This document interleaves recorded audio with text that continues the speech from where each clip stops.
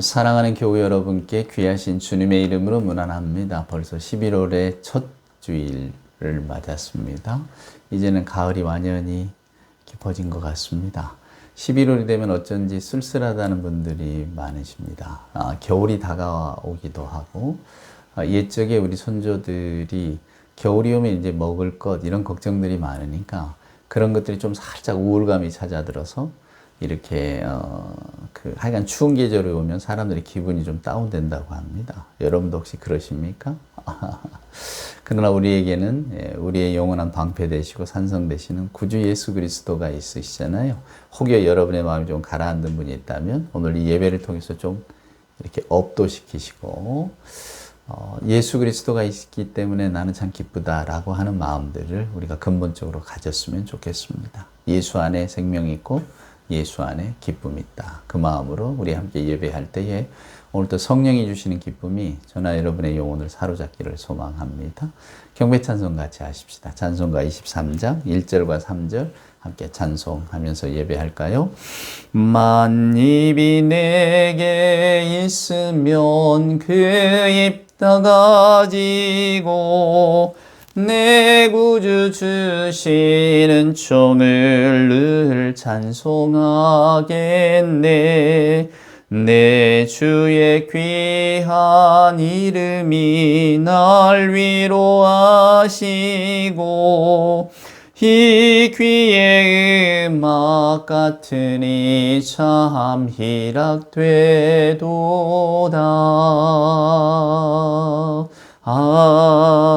아멘. 우리 사도신경으로 우리 신앙 고백합니다. 천능하사 천지를 만드신 하나님 아버지를 내가 믿사오며 그 외아들 우리 주 예수 그리스도를 믿사오니 이는 성령으로 잉태하사 동정녀 마리아에게 나시고 본디오 빌라도에게 고난을 받으사 십자가에 못 박혀 죽으시고 장사한 지 사흘 만에 죽은 자 가운데서 다시 살아나시며 하늘에 오르사 전능하신 하나님 우편에 앉아 계시다가 저리로서 산자와 죽은 자를 심판하러 오시리라. 성령을 믿사오며 거룩한 공예와 성도가 서로 교통하는 것과 죄를 사하여 주시는 것과 몸이 다시 사는 것과 영원히 사는 것을 믿사옵나이다. 아멘. 오늘 우리가 함께 교독할 성시는 104번입니다. 10월 31일, 10월의 마지막 날이 원래 종교개혁이 일어난 날입니다. 1517년 10월 31일. 그때를 기념해서 우리가 종교개혁주의를 지키는데요. 그 종교개혁을 기억하면서 우리가 오늘 이 성시를 한번 교독해 볼까요?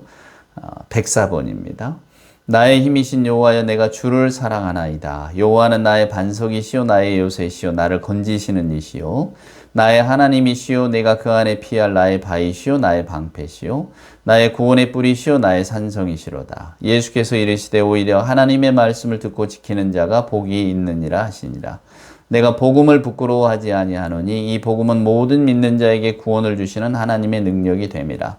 먼저는 유대인에게요 그리고 헬라인에게로다. 복음에는 하나님의 의가 나타나서 믿음으로 믿음에 이르게 하나니 기록된 바 오직 의인은 믿음으로 말미암아 살리라 함과 같으니라. 너희가 내 말에 거하면 참으로 내 제자가 되고 진리를 알지니 진리가 너희를 자유롭게 하리라. 우리 주 예수 그리스도로 말미암아 우리에게 승리를 주시는 하나님께 감사하노니 그러므로 내 사랑하는 형제들아 견실하며 흔들리지 말고 항상 주의 일에 더욱 힘쓰는 자들이 되라. 아멘. 오늘 예배 찬송가는 우리 종교개혁의 어떤 그 출발점이 됐던 루터라고 하는 우리 신학자가 썼던 시, 그분이 작시한 시에 곡을 붙인 일종의 종교개혁 찬가랄까요? 그 찬송을 한번 불러보겠습니다. 찬송가 585장입니다. 내 주는 강한 성이요 방패와 병기 되시니. 잘 아시는 찬송가죠? 한번 이 찬송가 불러봅니다. 내 주는 강한 성이요 방패와 병기 되시니 그 환난에서 우리를 구하여 내시리로다. 옛 원수 마귀는 이때도 힘을 써 모략과 권세로 무기를 삼으니 천하에 누가 당하랴. 내 입만 의지할 때는 패할 수밖에 없도다. 힘 있는 장수 나와서 날 대신하여 싸우네. 이 장수 누군가? 주 예수 그리스도 만군의 주로다. 당할 자 누구랴? 반드시 이기리로다.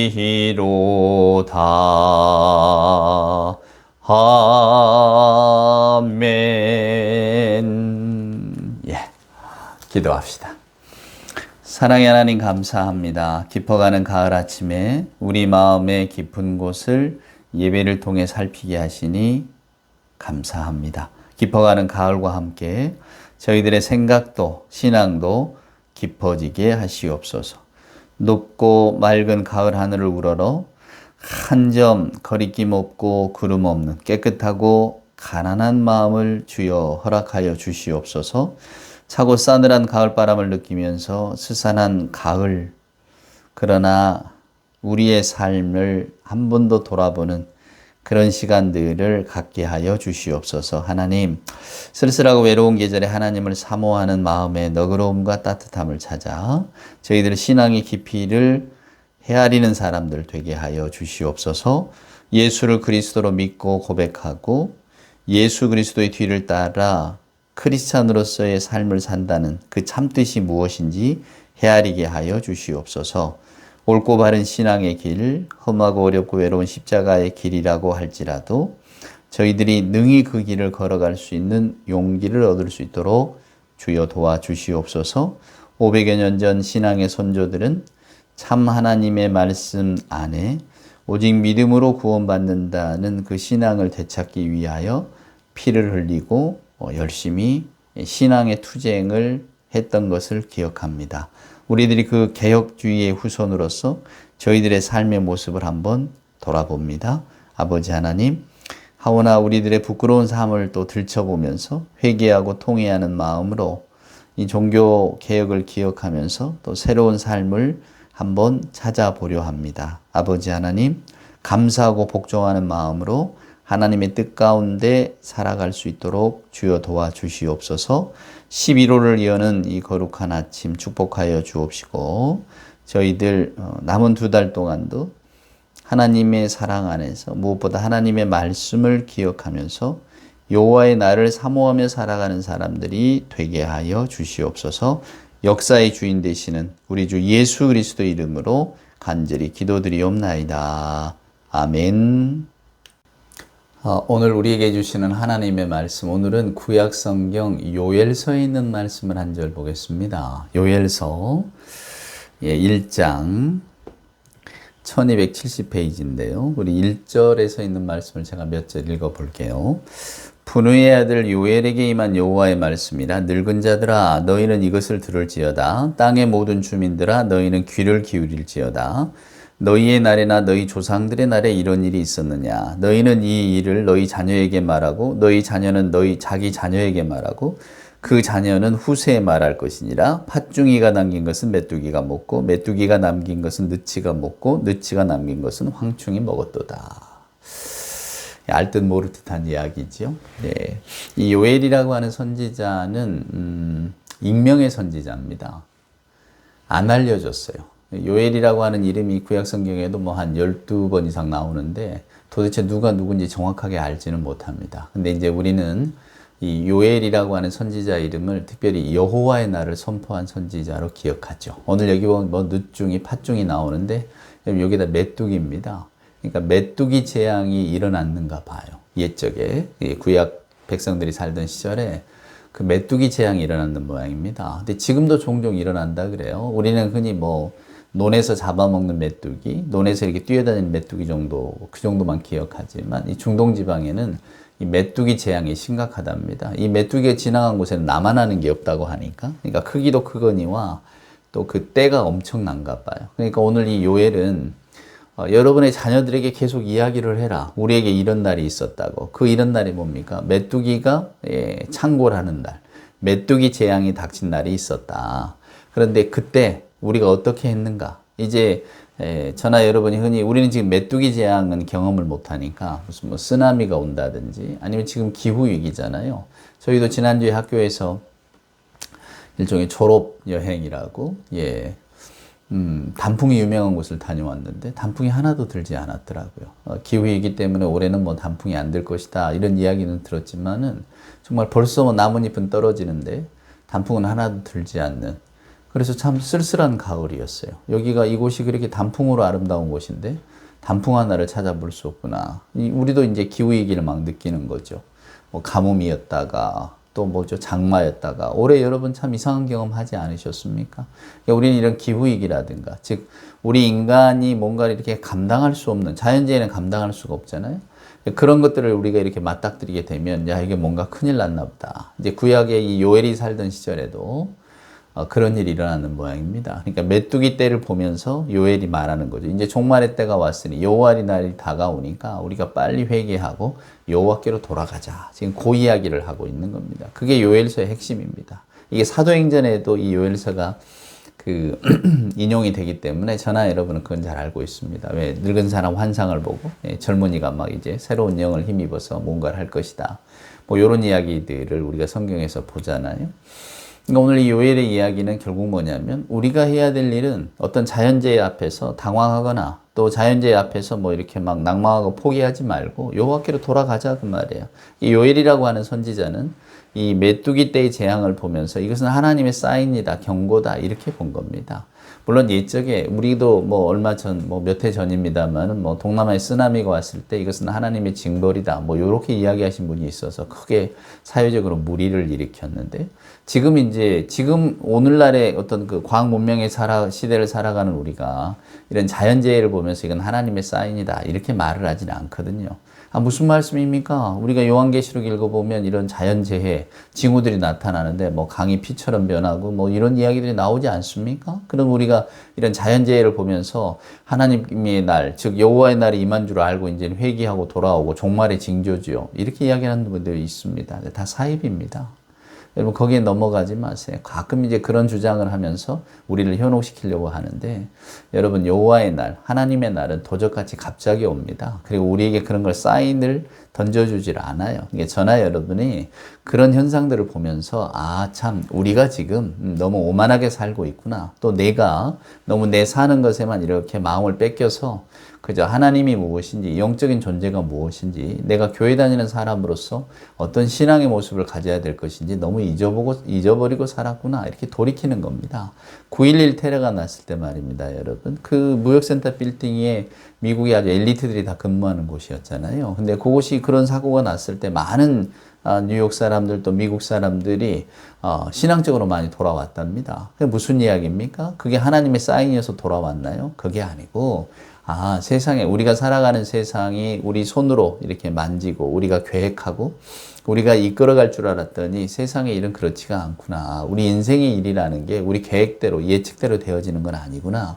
그렇다면 우리가 너무 영적인 데 소홀하고 살았구나. 하나님, 우리 예수 믿는 분들 이야기로 하면 하나님을 잊어버리고 살았구나. 이렇게 생각하면서 자신의 삶을 돌이키는 겁니다. 우리가 여러분 올해가 종교개혁이 일어난 지 508년 됐습니다. 508주년을 올해 우리가 종교개혁을 맞았는데요.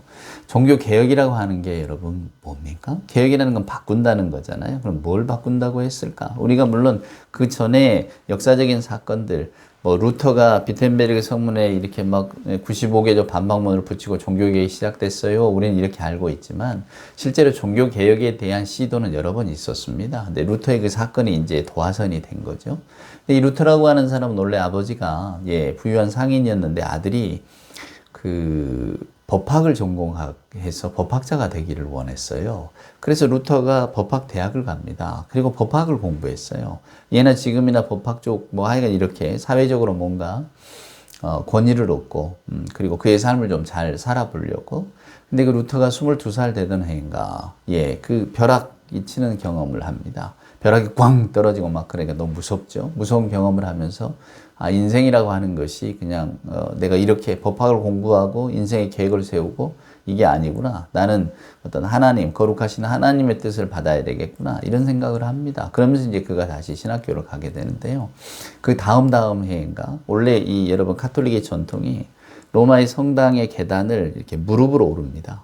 무릎이 깨지도록 오르는 거죠. 일종의 고행입니다. 고행. 그러니까 그런 인간의 우리의 욕망을 내려놓고 우리 육신을 괴롭힘으로써 우리가 하나님께로 더 가까이 다가가는 일종의 그 마일리지를 쌓는다고 생각했죠. 근데 루터도 그렇게 무릎으로 이렇게 계단을 올라가다 보니까 물론 아프기도 했겠지만 인간이 뭔가 이렇게 고행을 함으로써 우리가 하나님을 알아가는 건 아니구나. 그래서 유명한 선언이 나오잖아요. 의인은 오직 믿음으로 살리라.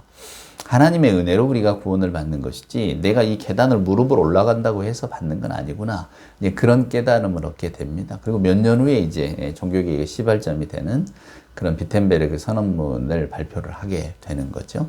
그러니까 종교개혁이라고 하는 건 여러분 결국은 우리가 하나님께로 돌아가자는 겁니다. 근데 그때 당시 루터가 볼 때 교회는 엉뚱한 길로 가고 있었거든요. 다 하나님을 위한다고 하면서 성전을 짓습니다. 요즘 유럽 여행 가면 보시는 그런 성당들이 거기서부터 막 출발하고 이런 것 아닙니까? 여러분 옛적에는 인간의 과학 문명 기술이 다 드러난 게 건축물입니다.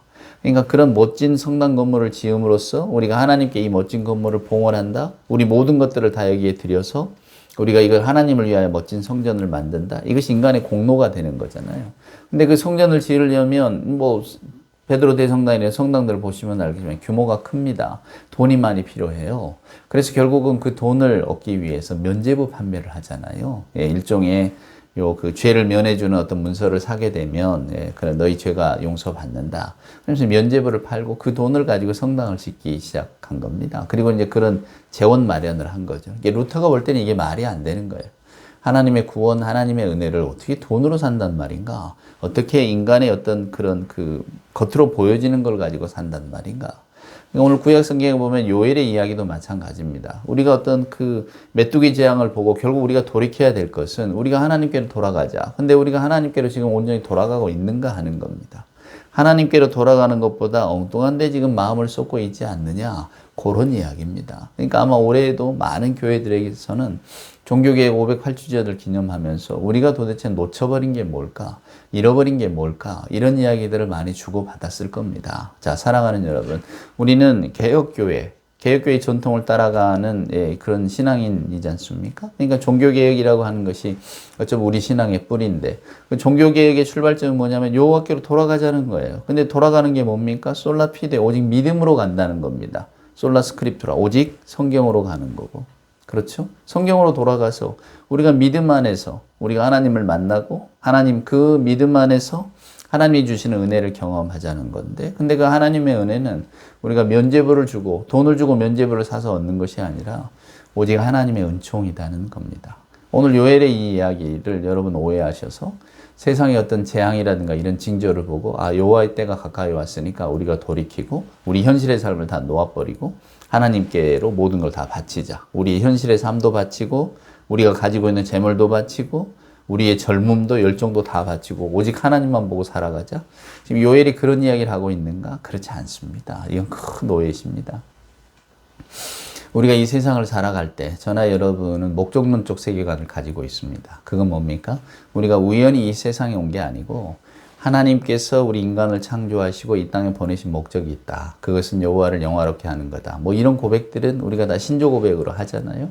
그걸 잊어버리셨다 할지라도 결국 우리가 이 땅에서 하나님의 자녀로 살아간다는 것은 하나님의 말씀이 그대로 이루어진다는 것을 믿고 우리가 하나님의 자녀로서 그렇다면 이 땅에서 어떻게 살아가야 될 것인가를 고민하면서 그리고 그것이 크든 작든지 간에 여호와에게로 마음을 돌이킨 채로 우리가 그 삶의 길을 만들어 가야 된다.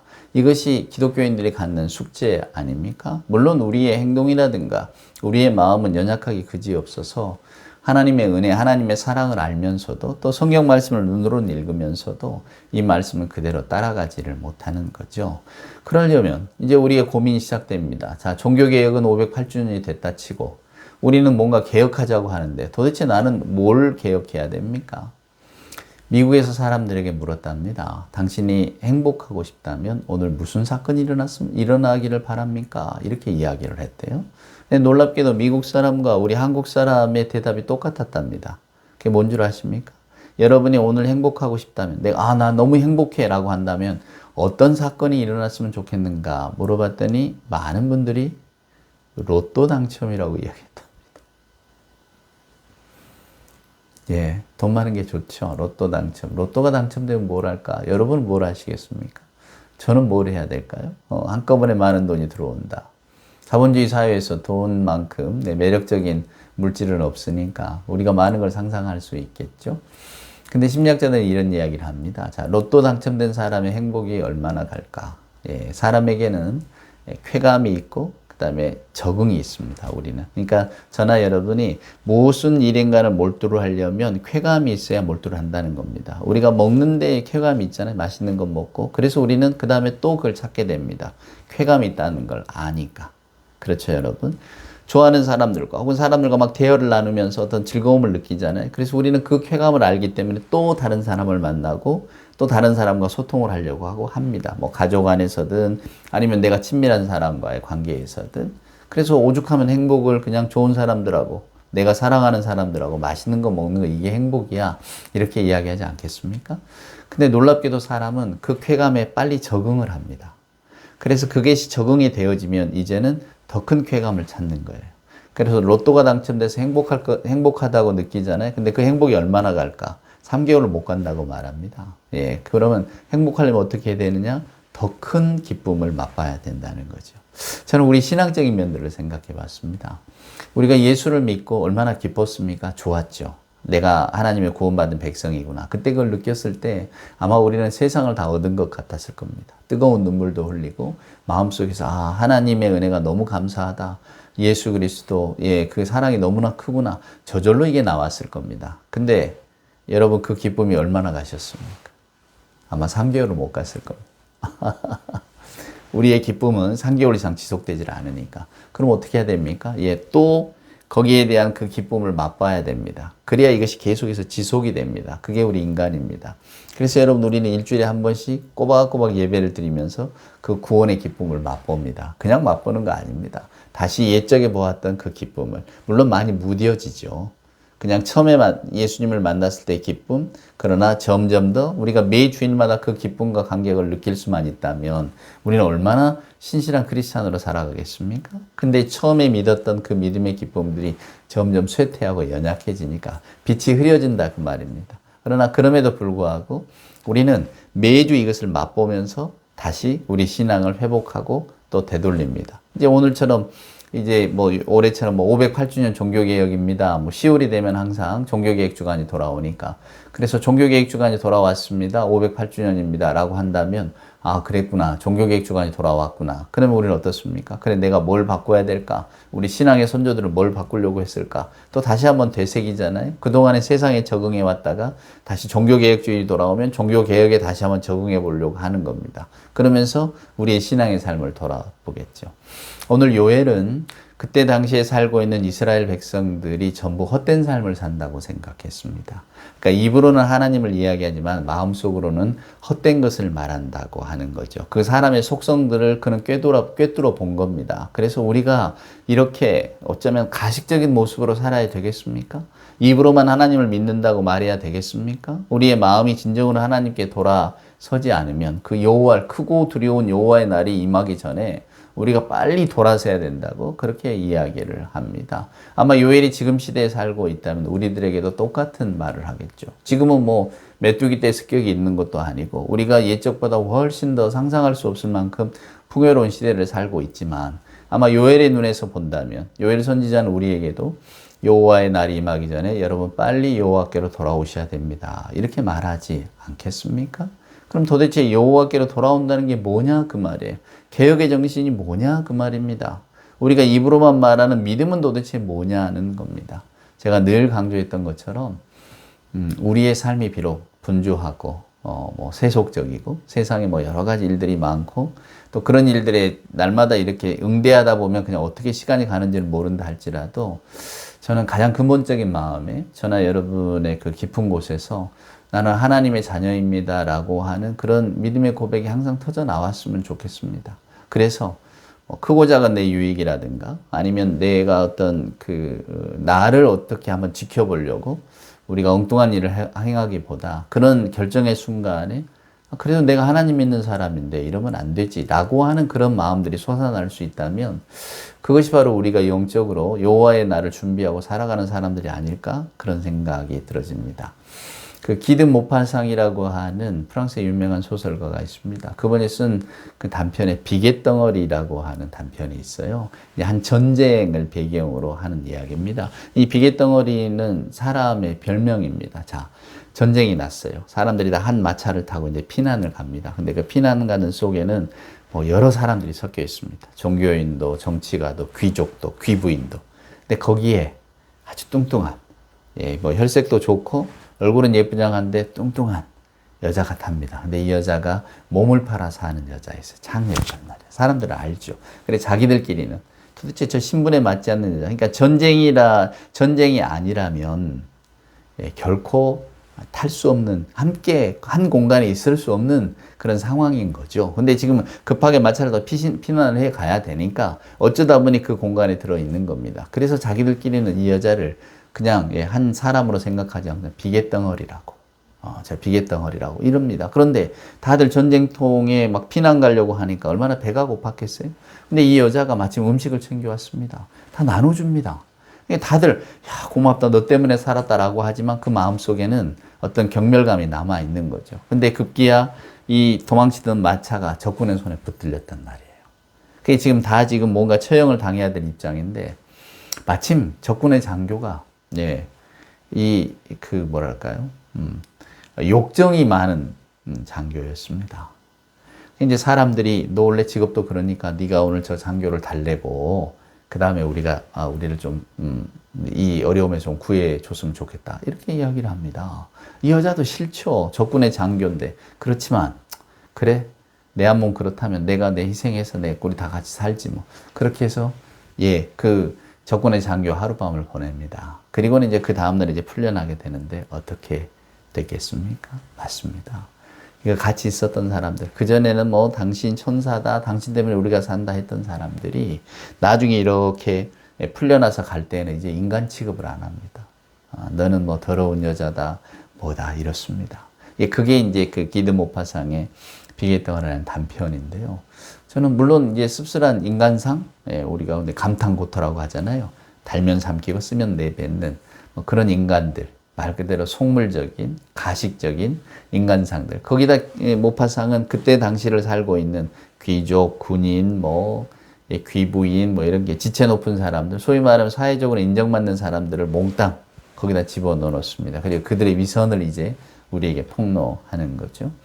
오늘날 우리들의 모습은 어떨까 생각합니다. 저나 여러분이 나 예수 믿는 사람이에요. 나는 하나님의 자녀입니다. 이렇게 살아가고 있지만 나는 종교인입니다. 이렇게 살아가지만 우리가 우리의 이익이라든가 아니면 내가 뭔가 이렇게 감춰야 될 일이 있으면 우리는 또 얼마나 또 그런 일들을 능히 모파상의 소설과 같은 데서 나타나는 일들을 능히 행하고 살아가고 있지는 않은지 저는 그런 생각을 해봅니다. 하나님의 자녀가 됐다, 믿음의 자녀가 됐다는 것은 우리가 부끄러움을 알고 살아가는 사람들이 됐구나라는 생각을 해봅니다. 주님의 십자가를 놓고 우리의 삶을 보면 부끄럽죠.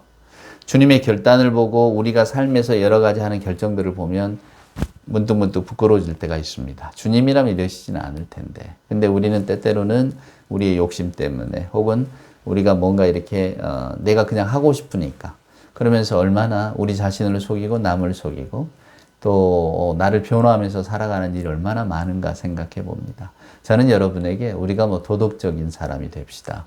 정직한 사람이 됩시다. 우리가 어쩐 사회적으로 존경받는 사람이 됩시다. 이렇게 말씀드리고 있는 건 아닙니다. 그것은 도덕교과서가 하는 이야기고요. 성경은 우리 인간을 전부 다 죄인이라고 말합니다. 죄악된 거죠. 우리의 원죄라고 하는 것은 하나님을 벗어나서 우리 의지대로 살고자 했다는 겁니다. 그래서 우리는 여전히 우리 의지대로 살려고 합니다.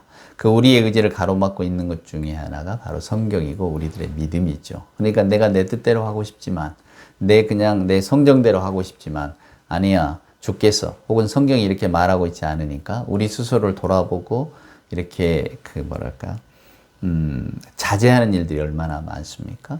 저는 요엘이 그걸 우리에게 요구하고 있다고 생각합니다. 봐라, 메뚜기 떼가 날아와서가 아니라 지금이 여호와의 날이야. 여호와의 크고 두려운 날이 오기 전에 우리가 빨리 하나님께로 돌아와야 돼. 하나님을 향해서 마음을 돌려야 돼. 여러분, 이 이야기의 핵심은 우리의 마음들이 항상 여호와의 날을 준비하고 있어야 된다는 이야기입니다. 여러분, 원래 교회라고 하는 것이 종말론적 메시아 공동체 아닙니까? 지금 무슨 이야기입니까? 교회는 여러분 다른 게 아닙니다. 세상에 종말이 있다. 메시아가 오신다. 그런데 우리는 함께 모여서 그 메시아를 기다린다. 이게 종말론적 메시아 공동체입니다. 교회가 있음으로써 우리나라를 부강하게 만듭시다. 교회가 존재함으로 인해서 나라를 깨끗하게 만듭시다. 교회가 뭔가 이렇게 힘을 한번 으쌰으쌰 해서 뭔가 우리의 자랑을 삼읍시다. 이런 게 아닙니다. 교회라고 하는 것은 다시 오실 주님을 그냥 기다리는 공동체예요. 그러면 다시 오실 주님을 기다린다는 건 여러분 뭐겠습니까? 우리의 마음속에 오늘 주님이 오신다면 내가 그래도 주님 앞에 덜 부끄럽게 나가야지, 그런 것입니다. 우리의 일상의 삶은 모순덩어리일지 모릅니다. 저도 여러분도 늘 모순덩어리의 존재로 살아가지만은 그럼에도 불구하고 항상 우리들의 마음속 깊은 곳에 내가 그래도 하나님의 자녀인데, 하나님의 사람인데, 예수 그리스도의 십자가를 모시고 사는 사람인데, 그런 마음들이 우리 안에 있다면 여러분, 날마다 우리의 삶을 개혁적으로 돌아보는 사람들은 아닐까요? 문득 그런 생각이 들어집니다. 여호와의 날이, 크고 두려운 여호와의 날이 오기 전에 여호와께로 돌아가자. 요엘 선지자의 말씀을 기억하면서 오늘 또 비록 우리가 어쩌면 모순덩어리의 삶을 살고 있을지는 모르지만 그럼에도 불구하고 하나님의 자녀라고 하는 그 자의식만큼은 우리가 꼭 갖고 살아가자. 이 말씀을 드리고 싶습니다. 우리 하나님께서는 우리의 연약함도 아십니다. 우리의 부족함도 아시죠. 하지만 우리가 진정으로 사모하는 것이 뭔지도 아십니다. 우리가 진정으로 사모하는 것이 예수 그리스도의 십자가가 되기를 주님의 이름으로 축원을 드립니다. 기도합시다.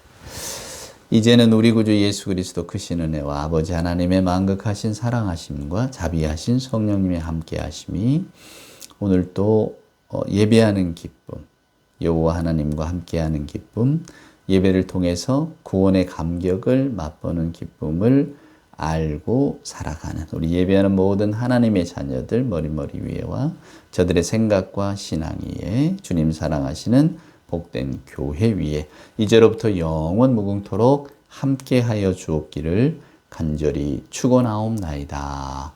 아멘.